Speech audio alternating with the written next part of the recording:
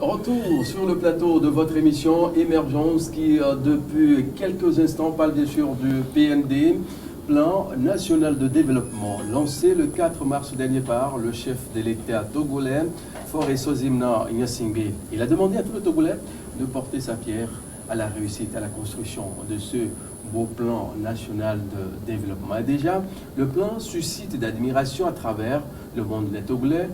Là où ils sont un peu partout sur la terre, ont commencé par s'intéresser à la chose. Et sur le plateau, nous avons deux Togolais. Togolais, le premier, Amouzovic Credo. Il est Togolais d'origine, vivant bien sûr aux États-Unis.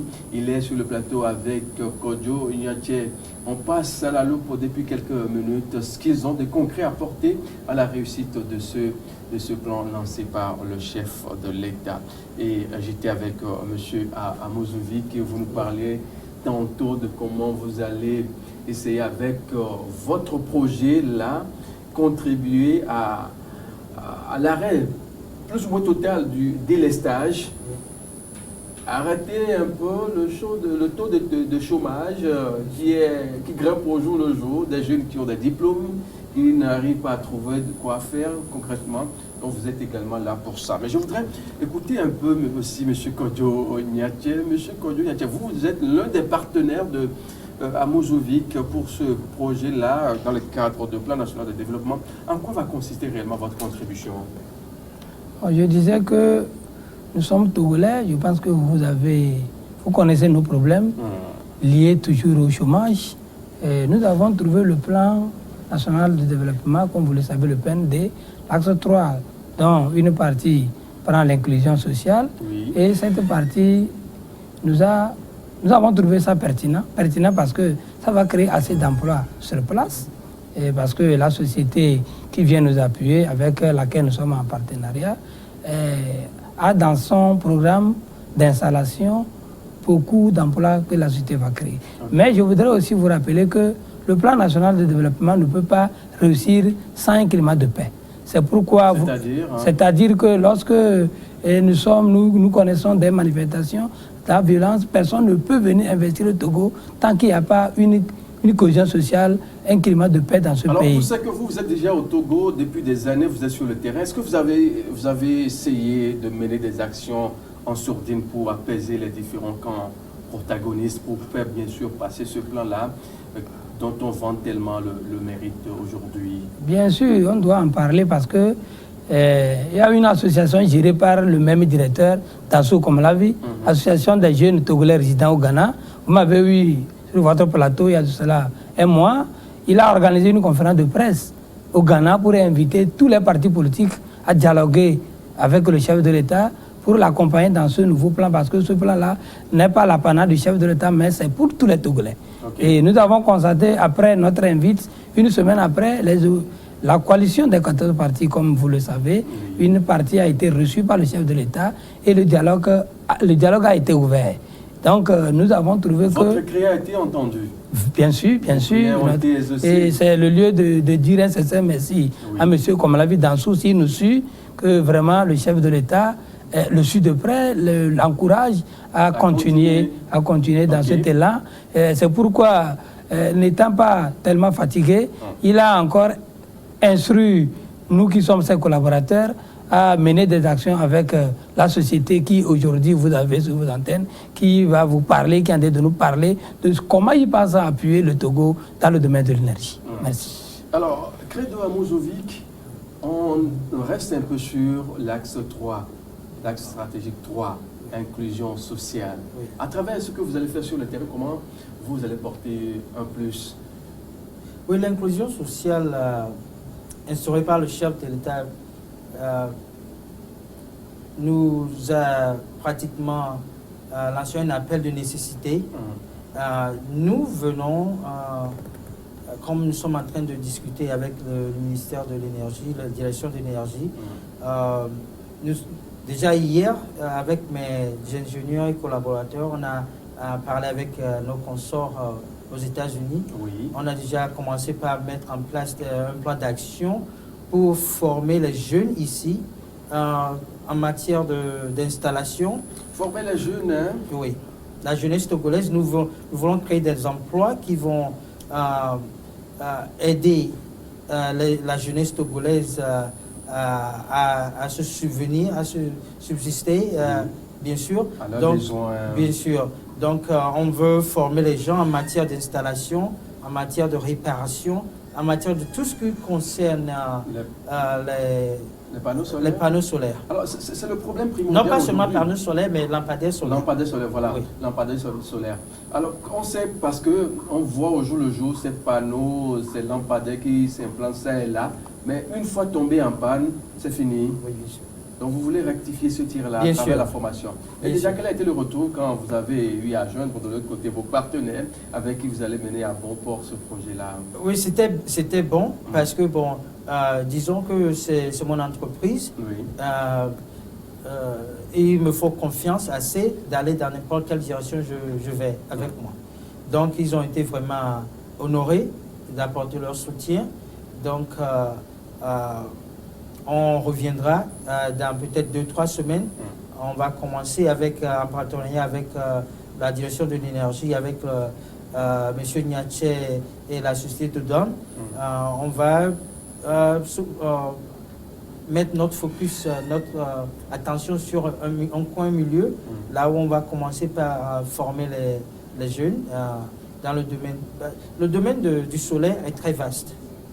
Voilà. Oui, on parle des panneaux, des onduleurs, des batteries et consorts. Donc on parle des groupes électrogènes. Et ça va susciter beaucoup d'emplois. Donc je pense que c'est... Et au plus, pas seulement des emplois, mais ça va nous mettre au premier rang dans la sous-région quand ça vient à l'indépendance énergie. Alors, la question, là, je vais la poser à M. Yatien. Vous êtes sur le terrain. M. Amojovic est entre les États-Unis et le Togo de temps en temps. Comment va être faite la sélection de ces jeunes-là qui vont bénéficier de ces formations-là? Comment la sélection va être faite? Nous disons d'abord merci à la société avec laquelle nous sommes en partenariat pour ce grand emploi qui est en train de créer pour au bénéfice des jeunes togolais. Il y a plein de jeunes qui aujourd'hui, après avoir fait peut-être le Crétepe à Kpalimé, Sokodé, ainsi de suite, lycée technique d'Adogomé à Lomé, ici au Togo, ils sont là et qui ne font rien, ils ont même perdu la main comme on a l'habitude de le dire. Nous avons discuté sur cet aspect, c'est pourquoi ils ne sont pas venus en même temps et commencer. Oui. Et nous avons voulu identifier les jeunes et par rapport à leur filière, à leur catégorie, même ceux qui ont seulement le bac peuvent, puisque nous allons leur donner une formation, une bateau-série, parce que c'est une base que nous voulons former. Nous voulons former une base pour que nous ne soyons pas trop exclusifs. Nous voulons être inclusifs, parce que le programme est même inclusif.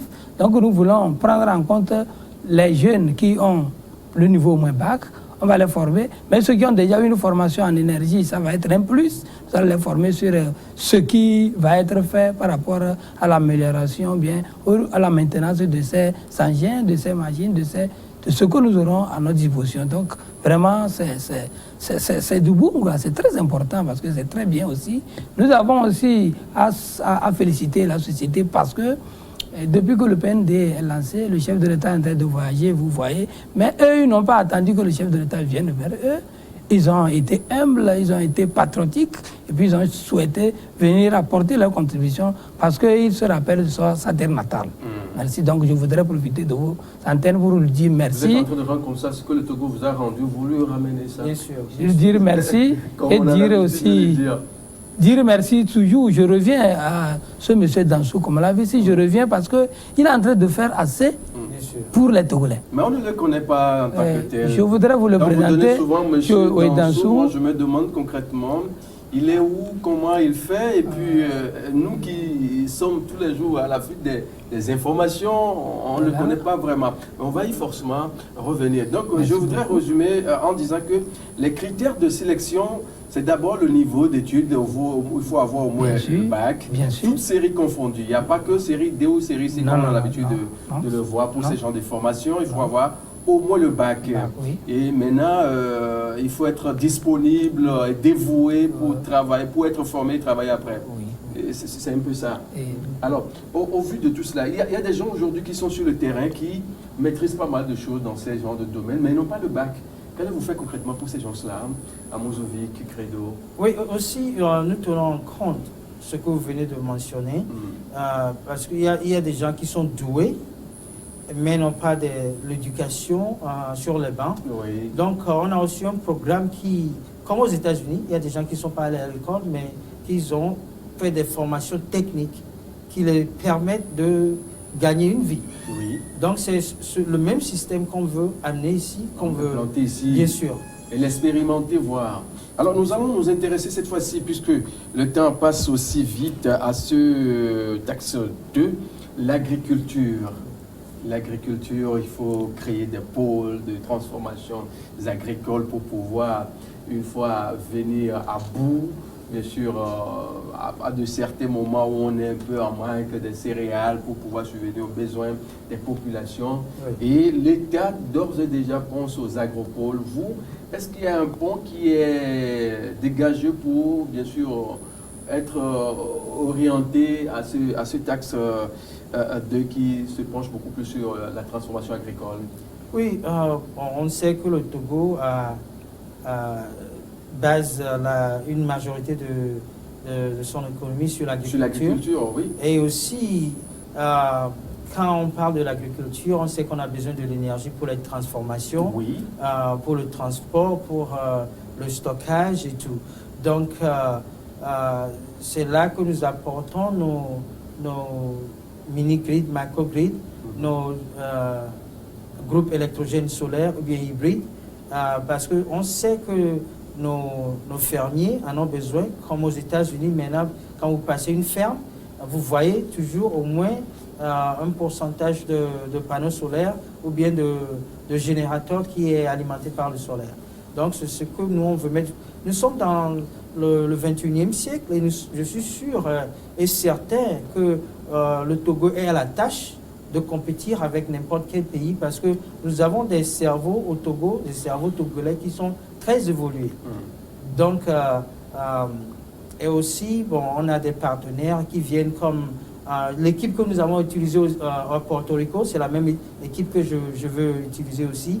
On a les partenaires comme Tesla, Louis Berger, Caterpillar et d'autres compagnies aussi. Donc, ceux-là viendront nous soutenir, appuyer, bien sûr. Par exemple, quand on parle de la batterie pour stocker l'énergie solaire, c'est Tesla qui nous soutient dans ce domaine. Louis Berger, c'est une grande compagnie qui, en fait, vient d'être achetée par WSP et maintenant c'est une compagnie de 40 000 personnes, 400 000 personnes. Donc c'est une société très grande avec qui nous sommes en partenariat en travaillant sur nos projets. Donc je pense que le Togo, il est temps que nous franchissons une ligne qui nous donne l'émergence en matière de développement et l'alternance quand ça vient à l'énergie. Alors, le projet est déjà, le plan national de développement est déjà lancé depuis le 4 mars dernier. On a vu le chef de l'État togolais qui est entre les avions, qui va bien sûr à la rencontre des bailleurs qui pouvaient toutefois soutenir ce grand plan national de développement. Oui. Et vous êtes également là parce que vous avez entendu, il a dit, revenez vous qui êtes togolais, vous pensez porter quelque chose de concret à la réussite de ce plan-là, vous êtes là. Et vous allez commencer concrètement quand? Oui, bon, nous sommes encore en phase de développement, comme mon collègue vient de le dire, avec le ministère de l'Énergie. Vous avez rencontré le ministre Habib Idamo de Delaware? Oui, ce matin. Oui, juste ce matin. Avec, le retour était bon, hein? Bien sûr. Voilà, c'est déjà l'essentiel. Avec M. Singo, on a eu de bonnes discussions et on s'est échangé des fichiers, des éléments dont ils ont besoin. Donc, je peux vous assurer que que nous serons sur le terrain, commencer à travailler très bientôt. Dès qu'on reçoit les données dont on a besoin et qu'on les donne les données dont ils ont besoin, je pense que l'État est vraiment partant. Et pour ça, je remercie le chef de l'État avec tout le gouvernement pour prendre cet élan dont plusieurs pays ne veulent pas s'y lancer. Donc c'est un atout et je suis vraiment fier. Je parle au nom de ma société. Nous sommes très fiers d'en participer. Alors, M. Kodjo Ignatie, les jeunes qui actuellement nous suivent veulent avoir une idée beaucoup plus concrète, s'ils veulent avoir certaines informations, on vient à votre niveau, c'est ça? Oui, bien sûr. Parce que nous sommes en place, nous sommes au Togo, ils vont repartir, nous sommes là. Toute information va être recueillie à nouveau de notre société sur le 90 52 57 74. 90 52 57 74. 74. Bien sûr. Pour avoir accès à M. Ignatie, avoir les informations fiables devant servir dans le cadre de ce qui est en train d'être fait pour l'aboutissement du PND. Voilà. Alors peut-être un dernier mot, puisque nous sommes déjà à la fin de l'émission, un message qui vous tient tellement à cœur à passer avant qu'on ne marque la fin. Le seul mot, c'est un mot de remerciement à votre endroit, à votre endroit et à l'endroit des partenaires qui ont quitté les États-Unis pour arriver. Et ma préoccupation, c'est au directeur de la société de Dansar, M. Dansou, vraiment que je tiens à remercier, et dire un sincère merci au gouvernement sous l'impulsion du chef de l'État, son excellent fort, pour la qualité du programme qui a été conçu. Je voulais parler du programme national de développement qui a retenu l'attention de plusieurs pays, dont fait partie la société qui vient d'arriver et qui veut apporter sa contribution. Ok. Credo Amouzovic, c'est déjà la fin. On aurait bien voulu vous consacrer toute la journée, mais qu'est-ce que vous voulez? C'est déjà la fin. Peut-être un mot? Je voulais vous dire merci pour nous avoir sur le plateau. J'aimerais remercier M. Ignatie et le groupe de Dan. Merci à M. Dansou, comme l'a dit. Merci au chef de l'État pour avoir pris cette décision, son Excellence Faure Gnassingbé. On sait que c'est un bosseur. Donc nous, on est là pour apporter notre soutien pour la réalisation du projet auprès du gouvernement. Donc, et j'appelle tous les autres Togolais qui sont ici et ailleurs de s'y mettre à la tâche, d'apporter leur soutien. Nous sommes tous des Togolais, que nous soyons du sud, du nord, de l'est ou de l'ouest. Le Togo nous appelle au bâtissement de notre société. Donc le chef de l'État a lancé son appel. Nous, on n'a pas attendu que quelqu'un vienne nous joindre. J'ai mobilisé mon équipe et puis en constante communication avec la société de Doran, on a fait nos emplois du temps et rapidement on est arrivé à Lomé. Donc merci bien. Et bon, la prochaine fois qu'on est là, j'espère que très bientôt vous aurez à dévoiler au public certaines, bien sûr, sur le terrain. Messieurs, c'est ainsi que prend fin votre émission Émergence de ce jour qui a reçu Credo Amouzovic, Togolais d'origine vivant aux États-Unis, qui est là pour apporter sa pierre à la construction de ce plan national de développement lancé par le chef de l'État togolais, Faure Sozimna Gnassingbé. Nous étions le 4 mars dernier. Il était sur le plateau avec Kodjo Ignatie. Lui, il est le porte-parole, bien sûr, de la société de Dan. Il est philosophe politique. C'est ainsi que nous marquons la fin de cette émission, toujours avec le même plaisir. Nous vous disons au revoir.